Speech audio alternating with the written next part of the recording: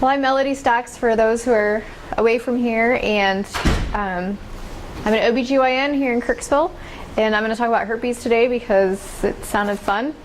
And then as I was putting this together, I was like, there's probably somebody here that actually has herpes, so I don't mean to offend you if I may poke fun at it, because you kind of have to be a little fun. But yeah, so 1 in 6 people have herpes. I thought, well, in this group this size, probably somebody does. But most likely you don't even know it, so you won't know that we're poking fun at you today. So today the objectives, since you're students, I thought I should do some basic science, which when I was reading this I was like, I don't remember what half these words mean, but we're going to read about it. I'm going to go over the epidemiology a little bit, talk about transmissions and the features of infection, and then the stuff that's I want you to get out of it is what are the most useful laboratory studies when you have a patient that presents, and then talk about treatment options. So first of all, it's a virus, a herpes virus, and it's got a envelope, and these envelope proteins, I think there's a pointer on here somewhere. Yeah, so there's the envelope proteins, and those are pretty important for entering the cell. The herpes type 1 virus and the herpes type 2 viruses, they're about 50% of the genome are the same, so they definitely can tell the difference between them now. There's a double-stranded DNA, linear DNA virus. The virus itself, actually this was kind of interesting, I thought, because it's always amazing that a virus can go and live in your nerves. I don't know, I think it's cool, kind of cool.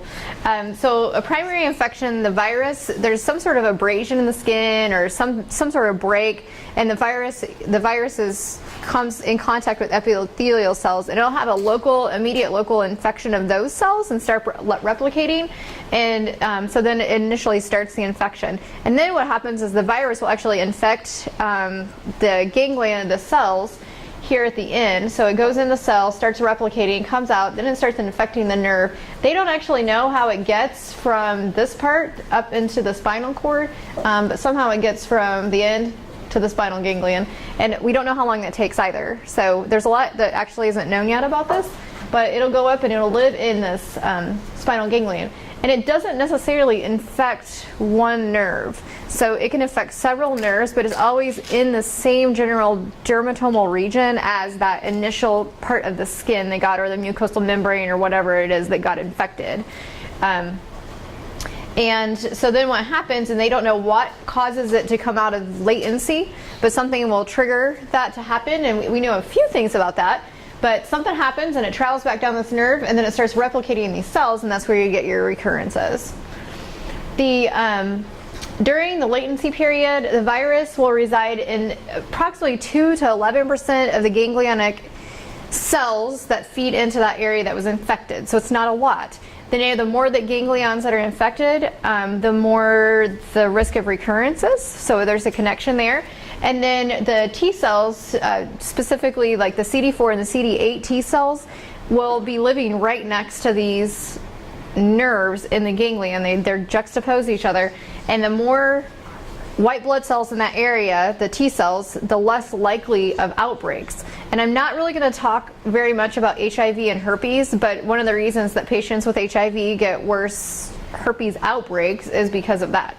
I mean, they have fewer of specifically those T cells, and as that drops, their risk of severe outbreaks increases. So that's the boring part. Anyway, there's a lot of herpes jokes on the internet, actually. So this guy says, I'm looking for a card that says sorry about the herpes. I think if you look, there's people that put cakes that say sorry about the herpes. You can get cookies that say sorry about the herpes. So it's interesting. There's a lot of stuff we don't know about herpes, and I'm going to talk to you a little bit about my own personal experience with it. No, okay, not my personal experience with herpes, but as a physician who sees herpes. As far as I know, don't got it. But it's not a reportable illness, so we're not telling anybody about herpes. And then the epidemiology is shifting as far as the HSV1 that was typically the oral is becoming more common genitally, and those aren't necessarily reported. And a lot of the studies they do, they just draw titers on people, so we'll talk about that later, that if they have an HSV1 positive titer, you don't necessarily know if it's genital or oral unless they give you the history. So it's a little hard to know. But there's a few studies that have just done cross-sectional studies of patients, and there's a lot of studies where they've had patients swab themselves every single day, and they check their serology and that kind of stuff. So that's where this data comes from, but it's probably not extremely accurate. So they took a bunch of people in New York City. I think there were 600 or 700 people in the study, and they did testing on them. And 24% of adults in New York City, which is probably not the same population as Missouri rural areas, but anyway, they had a 24% infection with HSV2, and 88% of those adults were unaware of their infection, and that is extremely common. The overall statistic that I quote patients is 80%. 80% of patients don't know they have herpes, and that's a pretty common statistic. There's another study they did over 3,000 women in colleges, and they were HSV negative in their titers, so we knew, as far as we know, known exposures, ages 18 to 30, and they were followed from 2003 to 2007. So in this population, 3.7% became positive for HSV1 and 1.6 became positive for HSV2. And then when they specifically looked at symptomatic infections, there were more HSV1 infections than HSV2 infections. And I can honestly say that since I've been in practice the last 4 years, that's my experience also. Traditionally, again, it's hard because there's not a lot of studies on it, but traditionally we consider HSV1 infections more severe, although the characteristics are very the same really between the two, and they're not only the same, but between two people they're so different. But in my experience, some of the worst infections I've seen have been with HSV1.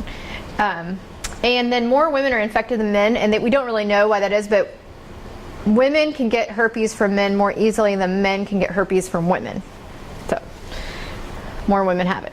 Now this is interesting. I don't know if it's because of diagnosis or if it's really, but they did study initial visits to physician's office from 66 to 2011. I'm sure that the ability to get codes off charts makes a huge deal, but you can definitely see the increase. It's like, that's not a hard graph to read. So the practical things that you need to know: herpes is really common. They say 1 in 6 women, like 1 in 9 men, something like that.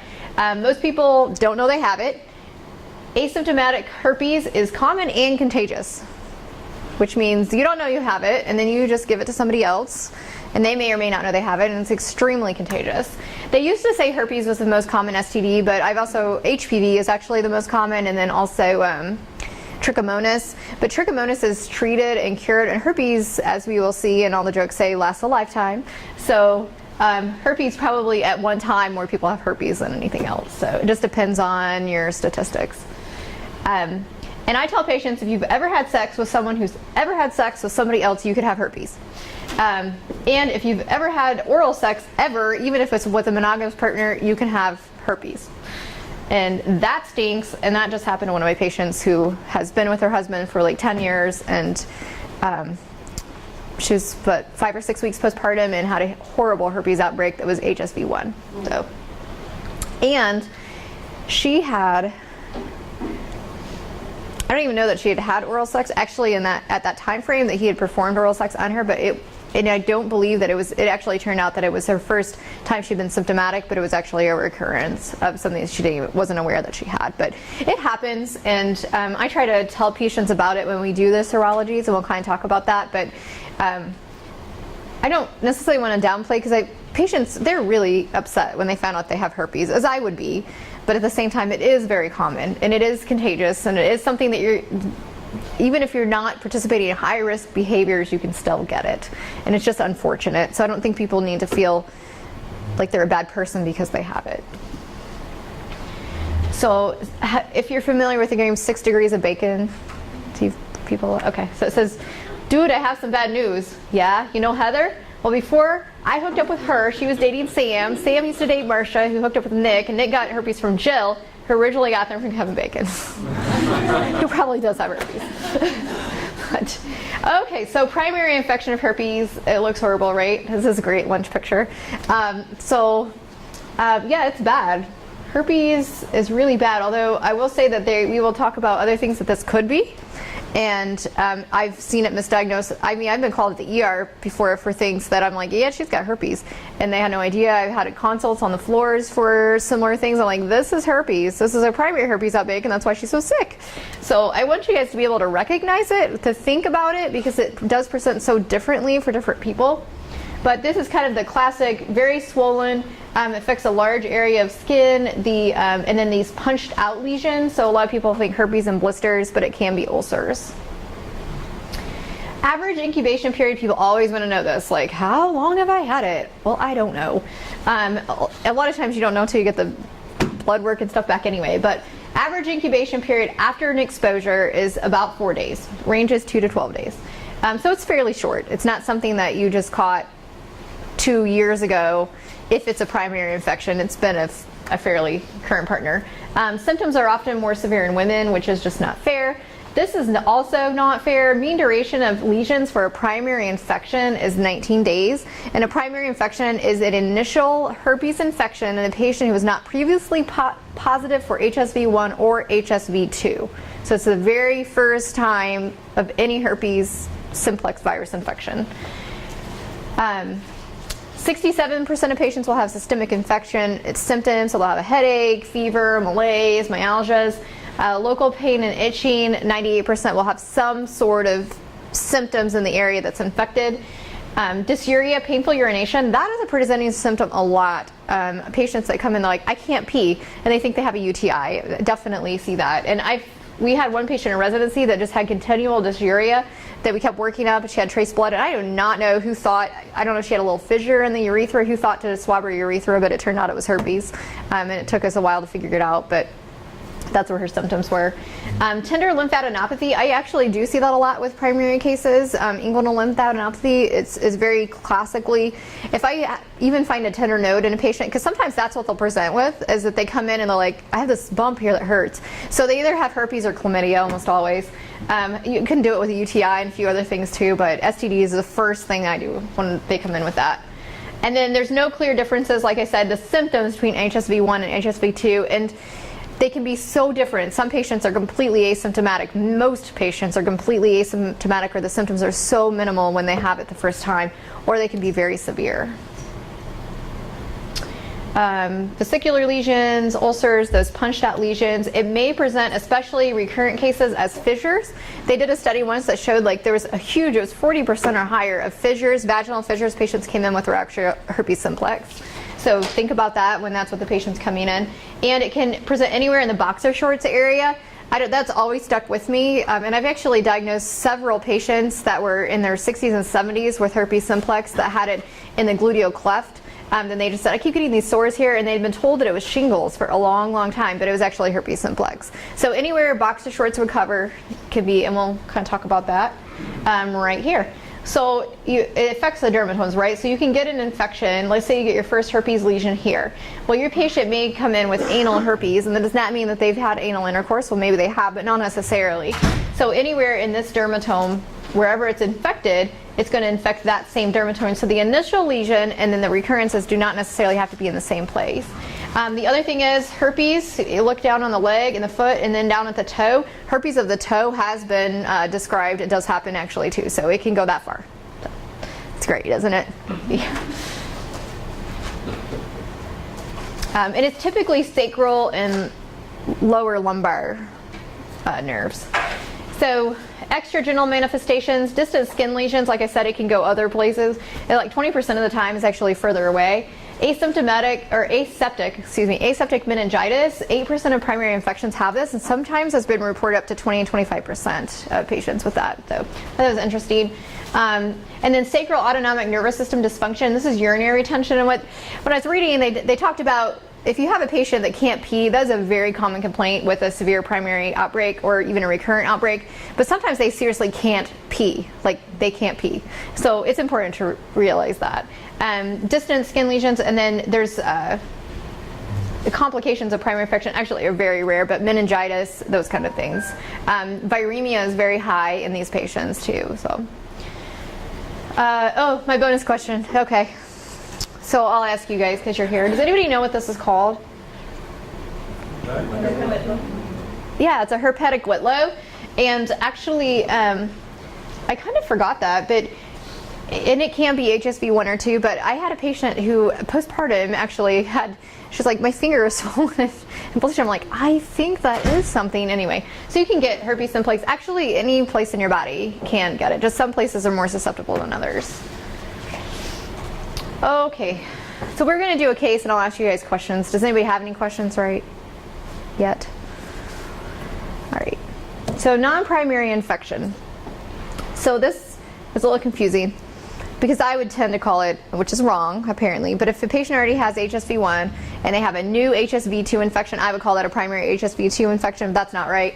It's a non-primary infection, a new onset. So a non-primary infection is the acquisition of a new type of HSV in a patient already infected with the other type. And as you might expect, the first episode infections in this situation typically are less severe and less common. And if a patient already carries a type of HSV, which at some points they said that oral, the more typically oral HSV1 could be up to 90% of patients in some areas, that those patients are even more likely to be asymptomatic when they get infected with HSV2. But if their partner might not have HSV1 yet, and they will have the symptoms. So it's definitely can be a silent infection. This is an anus. And this is a picture of an anal fissure. Well, it's kind of hard to tell when it's that big sometimes. So an anal fissure, which definitely that can look just like herpes. If I saw that, I would think, well, it could be an anal fissure or that might be herpes, and that's what I want you all to think too. Let me see like this. And like I said, that person did not necessarily need to have anal sex or anything else. There's still a stigma of that to some degree.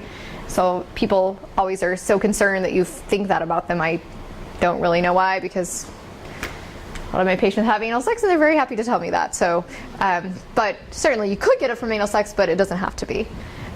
Recurrent infections are the infections it's coming back.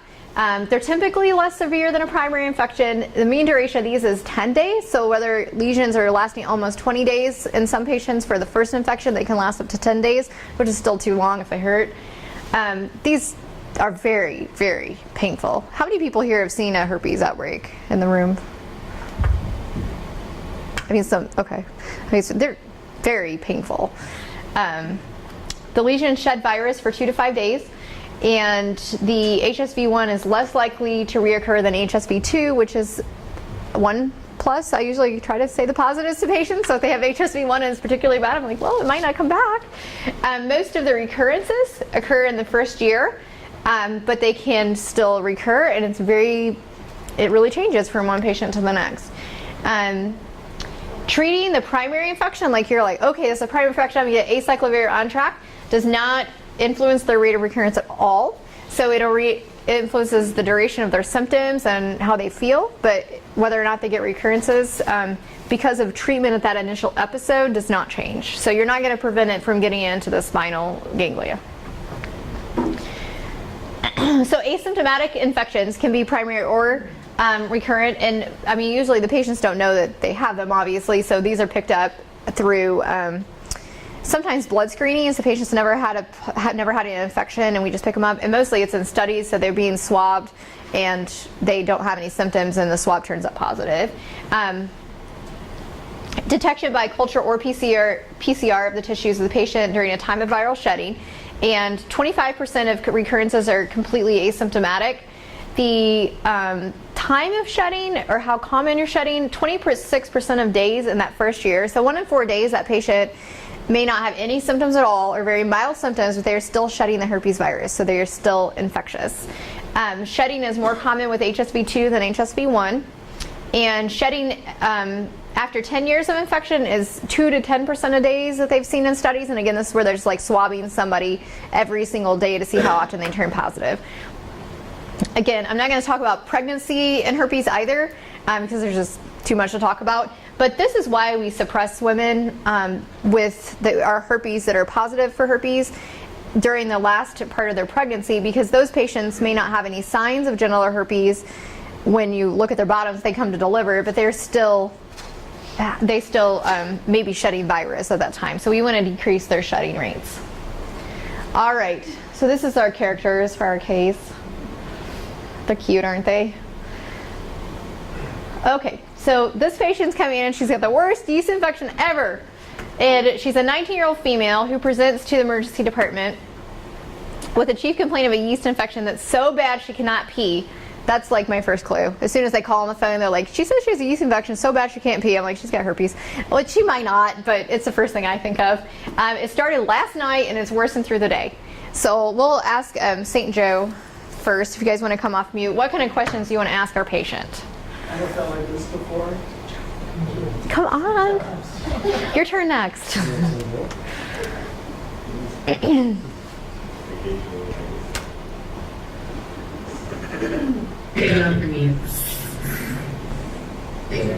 she been on any recent antibiotics? Nope. You may have to repeat that. No antibiotics.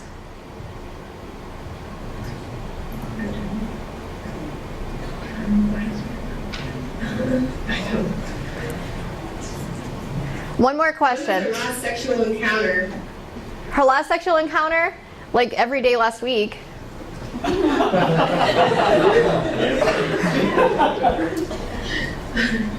How many partners has she had?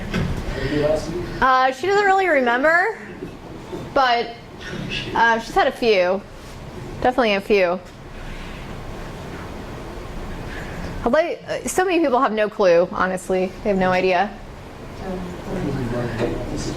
Yeah. The last 3 months, she's had 6 sex partners in the last 2 months, and then like 15 or more. I usually start when patients don't know. First of all, it's kind of creepy when they know, like, I've had 38 partners. I'm like, wow, just pop that off like this. But they usually, if you're getting above 2 hands, they don't really know anymore. So I start just round up 5, 10, 15, 20. So, but she knows she's had 15 or more, guesstimating. How about high-risk behaviors? So she's smoking a pack of cigarettes a day and she consumes 5+ alcoholic beverages each weekend. So do you guys know what's safe for women? She's 19, she shouldn't be consuming any, but she's obviously binge drinking. What point are you binge drinking? 3? Very good. And sometimes she uses condoms. Did someone hit a mute button we can't hear? I did. Okay. Yeah. Oh. Can you hear Mel? Yes, thank you. Okay.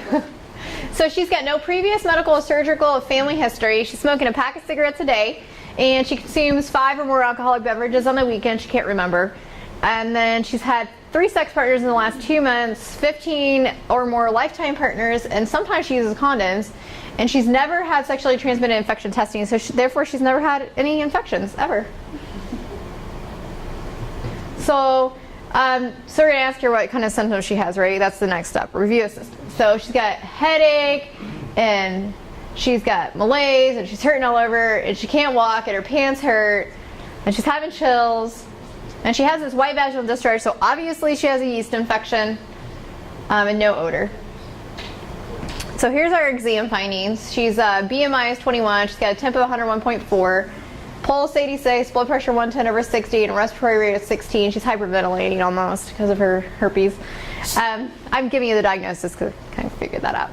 So she's standing in the exam room wearing a skirt and no undies. Very classic. And she appears to be in distress because she's like this. Because that's what they do. And then she's got superficial tender inguinal nodes bilaterally, and ulcers and vesicles cover the entire labia, mons, and perineum, and her labia are swollen 2 to 3 times normal size. So I couldn't find a really great picture, but they're supposed to be able to see herpes on there, all over there.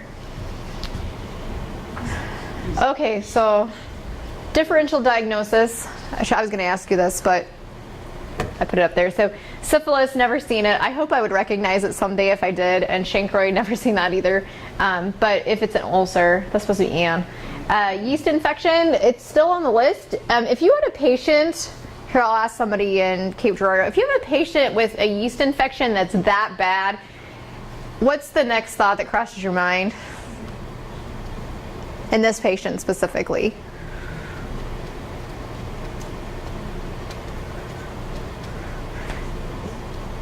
Yeah, it's just for Cape. Somebody there has to answer. I can't see you, so. Unmute. Oh, you'll have to unmute. Okay. Kate will need to unmute.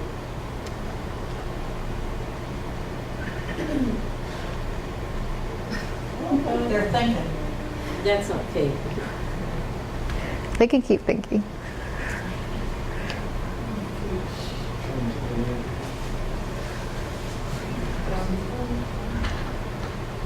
Did you guys hear the question?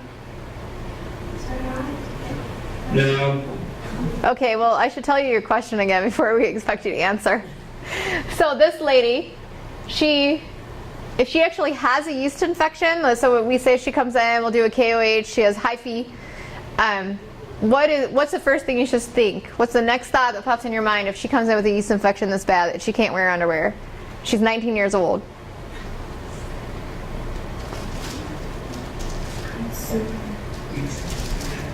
Is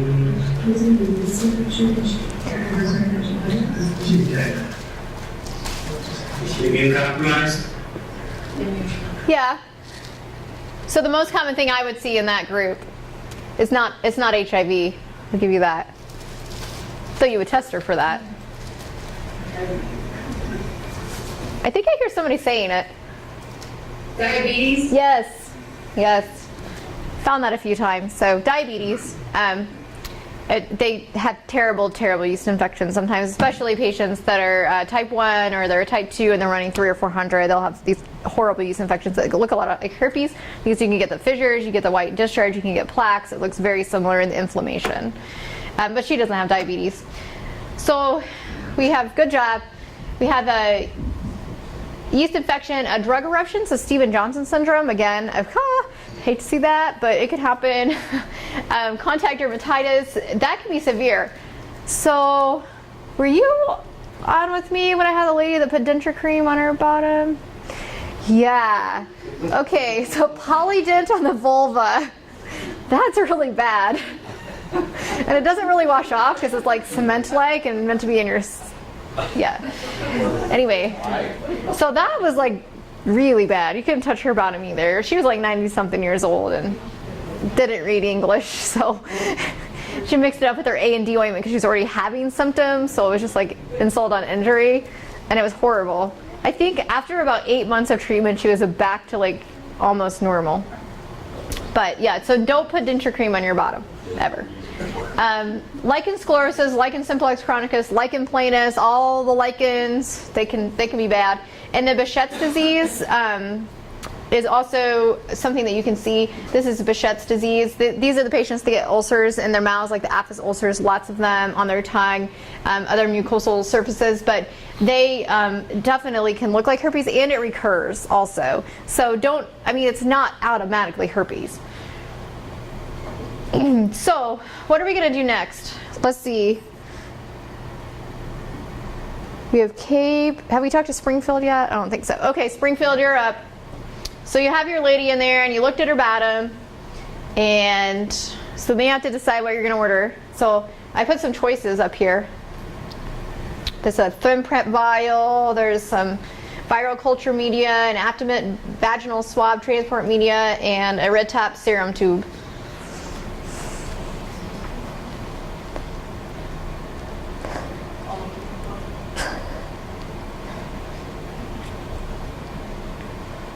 Don't forget to take it off mute so we can hear you.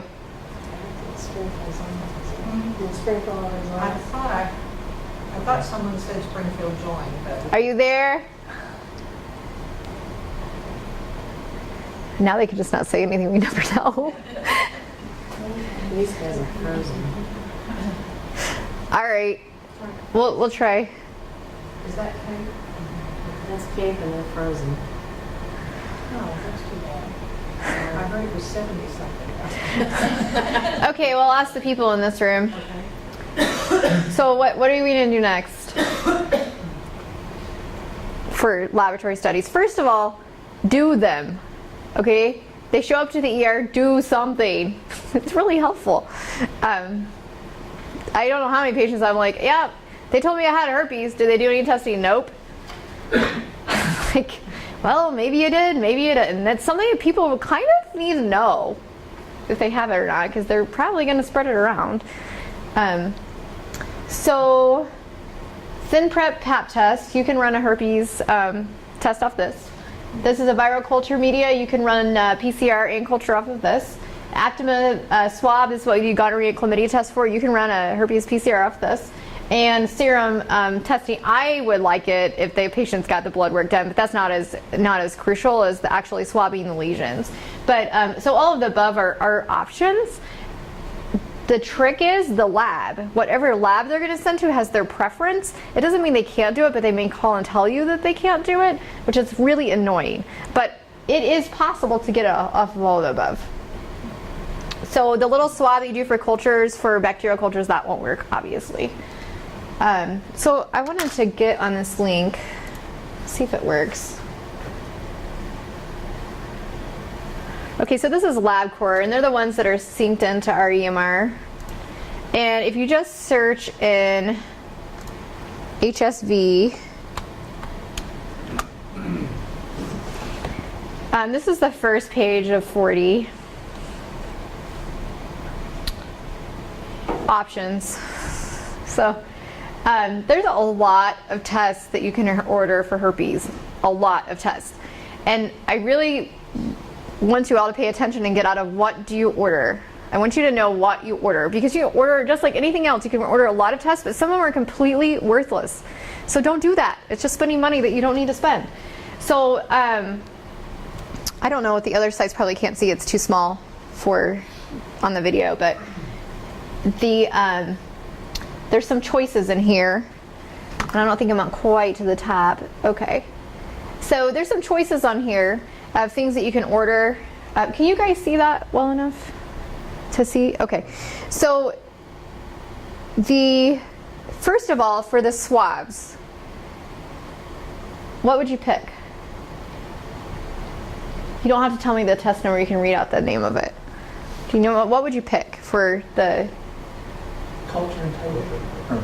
PCR. culture and typing? That's a decent choice.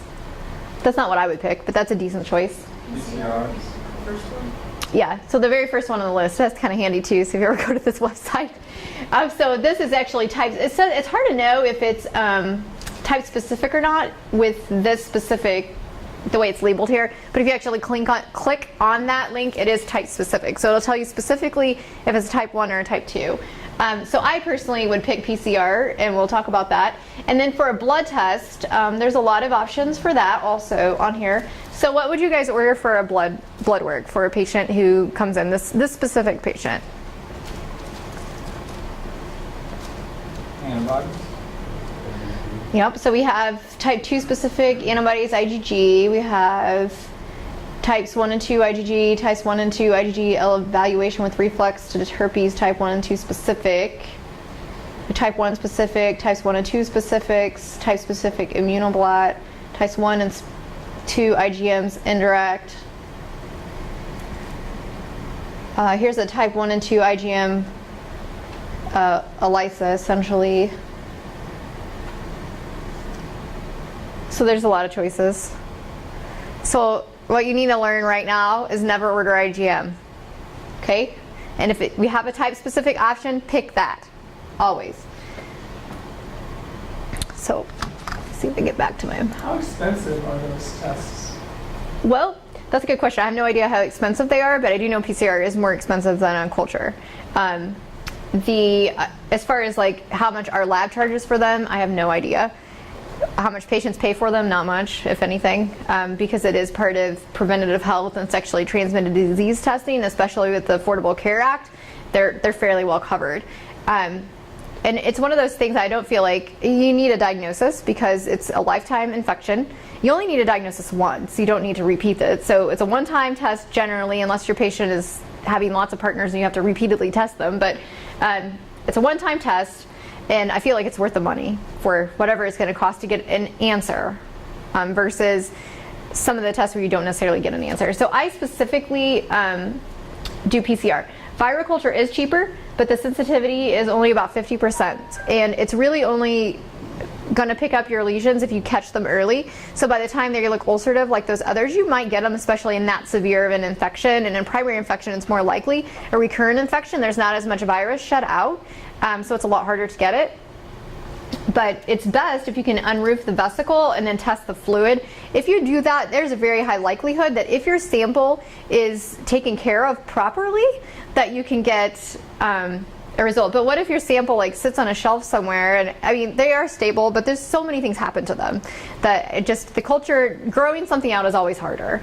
So PCR is 60 to 80% sensitive. It's not 100%. So if you have a lesion that you test that you think might be herpes and it tests negative, it could still be herpes. I mean, it's not 100%. If it tests positive for herpes, it's herpes.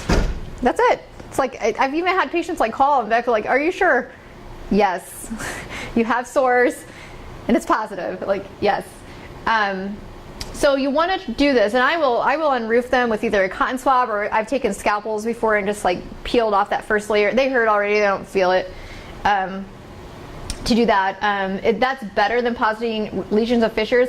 I have had patients, and we'll talk about, well actually I don't know if I specifically talk about screening, but if you're screening a patient for like an STD screen, I do screen for herpes because like I said, 80% of people don't know they have it, so it is part of what I do for screening. But it's not reportable, and I don't screen every patient. I only screen, like I don't screen every pregnant woman for herpes, but if the patient's coming specifically for STD screening, I do specifically test for herpes. And screening by swabbing their bottom, you know, like I said, only in 1 to 4 days you're going to pick it up. So you need to do the blood IgGs for herpes screening. You don't just swab a bottom that's completely asymptomatic. There's not really any sense in doing that. So if you see something, swab that.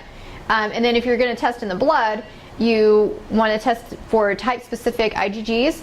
These present within a few weeks of primary infection, and they last a lifetime. So they're going to be there.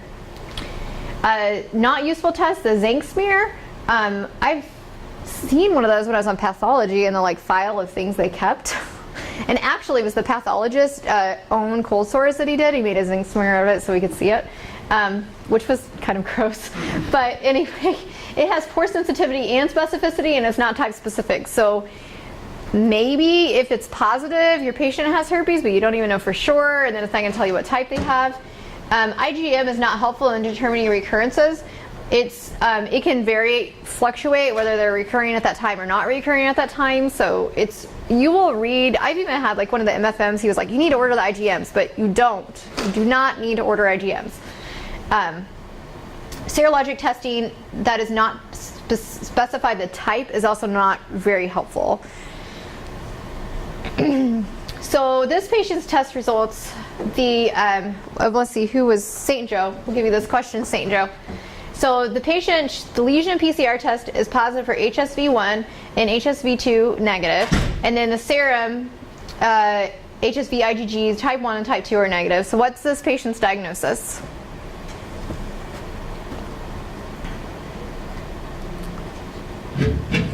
Besides herpes. She obviously has genital herpes, type 1. Yes, and then it's primary is what I was going for there. So she has a primary infection, sorry. So when I put a diagnosis out, I know the patient has herpes, I will say this is a primary herpes HSV1, or a non-primary first episode apparently is how I'm supposed to say that, or a recurrent episode or something like that. So, and she has all the symptoms of a primary infection. So yeah, I knew you knew her diagnosis was herpes. I should have raised that question differently. So other lab combos. So we could have a patient who's type 1 positive and serum type 1 positive. Say we tested her for that. So this is a recurrent infection. She just had a really bad one. Drank way too many beers, got a little immunocompromised. You can have a lesion type 2 positive, and you have a serum type 1 positive when it comes back. And so that's a non-primary new type 2 infection. That's the one I find somewhat confusing, but I understand what they're going for. Then let's say we have no lesions, but you did a screening on the patient and they came back positive with serum type 1 positive. That patient may have oral or genital HSV1 infection, so you can get a history. There's a very high likelihood that they have no clue, but sometimes once you tell them they're positive for one or the other, they pay more attention. They did a study on this, and patients who were aware of their diagnosis, which were much more aware of their symptoms, twice as many people could tell when they had symptoms once they knew about the diagnosis. So you can get a history. If you have no lesions, or your lesion, you see a lesion and the lesion's negative, and your serum type 2 is positive, the patient has a genital HSV2 infection. Now, if they have a lesion, it may or may not be the cause for that specific lesion, but we do know that oral type 2 is not common at all compared to like genital type 1. So what Up to Date says, if the patient has HSV2 IgGs, you can pretty much tell them that they have genital herpes. But that may or may not be the cause of the lesion if your lesion's negative. If a lesion is negative and your serum IgGs are negative, it may be a primary infection. So what you're going to do in this situation, I usually wait 3 weeks or so, and I'll recheck their IgGs. You can wait months, but if you recheck them and then they're positive for IgG, you know that that was actually a primary infection. They just presented too late for it to pick up on the lesion, since those PCR tests and cultures are not 100%. So treatment. We have a few options. You can use acyclovir, valacyclovir, famciclovir, and they're all equally effective.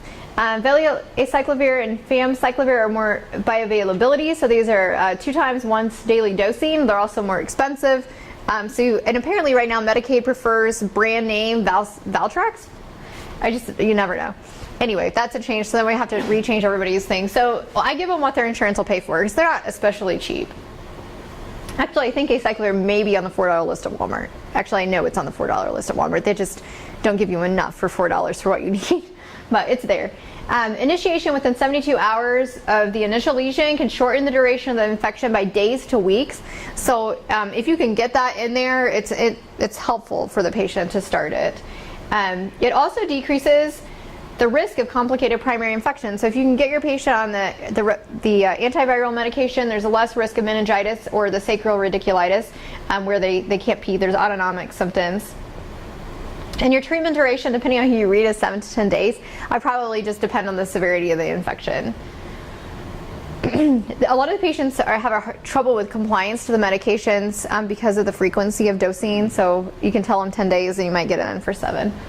So analgesics, narcotics are often necessary for a primary infection, but you don't want the patient to get constipated, especially if they have anal symptoms, because they're not going to want to poop. So stool softeners may be helpful. Sitz baths, we have patients that we have to have sit in a bathtub to pee because it hurts too bad to urinate. So they have to sit down there, or they can get the peri bottle and rinse like they do after having babies. Perineum care, the rinses, like I said, sitz baths. Lidocaine gel is also helpful for the lesions. It burns initially, but it can numb. It has to be reapplied fairly frequently, but I use that. And then an indwelling catheter, which I have how to use on an HSV1. If the patient cannot urinate, I don't think that she had an autonomic dysfunction. She just had such severe disease that she couldn't pee. So she had a catheter about a week before swelling was down, because you can be obstructed from just the swelling itself, before the swelling was down enough that we could take out her catheter. Suppression. So this is patients that are taking a daily antiviral medication to avoid shedding if they have a partner who's negative. So if the partner gets tested and their serologies are negative for herpes, they can, so there's a discordant couple, that the partner who's positive can take the antiviral to help decrease risk. Because it's any area of contact, the areas outside of the condoms help, but they're not 100%. So that can help. Well, they did show a study that, I don't know exact numbers, but it was like the numbers of sexual intercourse you'd have to have with a positive person on average to get herpes was somewhere in the 40 to 60 range if the partner was unaware of the patient's diagnosis. If they were both aware of the diagnosis, like 244 encounters before a positive. And in my patient, she'd been married, they had 4 kids, they were married 6 to 8 years. She had, it was HSV1, which those patients do not shed as often. So you're thinking, like, they're not going to be positive every single time. And if he never knew that he had it, I mean, maybe 3 or 4 days a year could be shedding and just happen to be a bad day. But So, and then we also give suppression for pregnant women after 36 weeks gestation. So the people need to have a talk. I encourage my patients to talk to their partners about it. I mean, I think, one, we've shown that it decreases risk. So she's trying to break this bad news because it can be contagious and this is painful. And all he's thinking is, we're going to have sex, we're going to have sex. Stuff like that totally is probably true. So educate your patients. They do need to tell their partners. Sometimes if it's a married couple, I will send home handouts. I try to give it as gently as possible, tell them we don't know where you got this. It doesn't mean that anybody's been cheating on anybody, especially if it's a recurrent infection. Who knows? I mean, you really don't know. Primary infection, since it's, it's been in the last 2 weeks, probably you can kind of get an idea. So things you need to let them know. Transmission can happen without symptoms. You can be contagious. You need to inform your partner. STD testing, STI testing. So it's an infection, not a disease. Someday I'll get that correct. But so for screening, I do screen it. But what you also want to do is you want to screen them for everything else. If they got herpes, well, they could have gonorrhea, chlamydia, or syphilis, or HIV. So follow recommended screening guidelines. But if I have a patient that comes in with a new sexually transmitted infection, I test them for all of them. And if your patient is negative, so a lot of the STD screening I do, I'll have a patient that's negative for both. And I think that they need to know that they are susceptible to genital HSV1. So I have the nurses specifically educate my patients about genital HSV1 and let them know if they're having oral sex, that there is a risk that they can contract genital HSV1. I don't know, I just feel like people need to know that. And there's a lot of people out there with cold sores, and those patients can be shedding virus if they don't have a cold sore. So if they have a partner they know has had cold sores before, they are definitely a risk for getting that, even if that partner does not currently have a sore. And then condoms do decrease the risk of transmission of infection, but it does not completely eliminate it. He says, I assume all girls have herpes, then I don't have to tell them about my herpes. So takeaway, herpes is common, it's underdiagnosed, and it's often misdiagnosed. Type-specific PCR testing of the lesions, you want to do that. You want to do type-specific IgG testing of the serum. It's very easy. 2 things to remember. Start antivirals early in your disease course. So the earlier the patient has symptoms, I do send patients, if they're positive and they've had several outbreaks, 2 or 3 outbreaks every year, I just give them a standing prescription for antivirals. Antivirals are very, very safe. Actually, there are very few known medication interactions. There's very few known side effects for them. So they seem to be safe even for very long-term use. They've had patients using them like over 15 years, taking them every day without anything that we know of. So these specific antivirals, I should say. Have a high index of suspicion if your patient's coming in with it, because it can affect anyone. Like I said, my married mom of 4 kids in a monogamous relationship, 6 weeks postpartum, she had herpes. It can happen to anyone. And then not all vesicles or ulcers are due to HSV. So don't tell a patient they have herpes unless you know they have herpes. And just because it looks like herpes, does that mean it is herpes? I do tell them that I'm very suspicious that it's herpes, but we'll do some testing. If you test them and they're negative serologies and their lesions are negative, and you repeat their serologies in 3 months and they are negative, that patient did not have herpes. It was something else. So you need to be careful about what you tell people, because I see the ends of it. Patients come in all the time. We ask them about it when they're pregnant, and we say, have you ever had herpes? Like, I was told I had herpes, whatever. And sometimes they have, and sometimes they haven't. And with the HSV1, also, it makes it a lot more challenging for us when patients are like, yeah, they told me I have herpes, and then they'll come positive for HSV1 in their serologies, and we don't know if they really did have genital herpes at that time or not. So testing the primary infection and getting a diagnosis, I feel, is helpful. Like, I really appreciate it when I have that. And then those are the references. Any specific questions from anywhere? You guys all don't want to ever get herpes.